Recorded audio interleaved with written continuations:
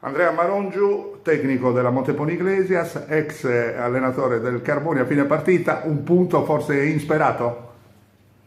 Ma insperato prima della partita, forse per la qualità e la forza del Carbonia, però penso che la partita nei 90 minuti il Carbonia non ha creato tantissimo, ha creato l'occasione del gol, forse una o due situazioni ma dove il nostro portiere non è mai stato richiamato all'attenzione.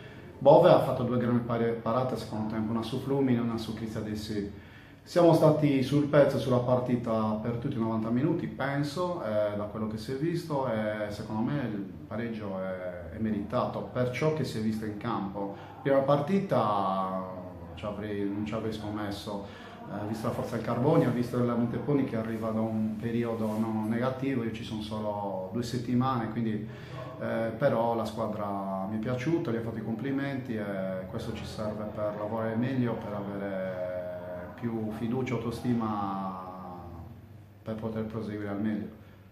Hai anticipato la mia domanda, insomma non era semplice subentrare in una società che occupa l'ultimo posto in graduatoria, ma la tua bravura, la tua professionalità certamente la metterei a disposizione per questa società che chiaramente è una società storica, così come il Carbonia, che punta nettamente al centro della salvezza. Sì, sapevo che il compito era abbastanza arduo, ultimi con 2 punti, con tanti problemi.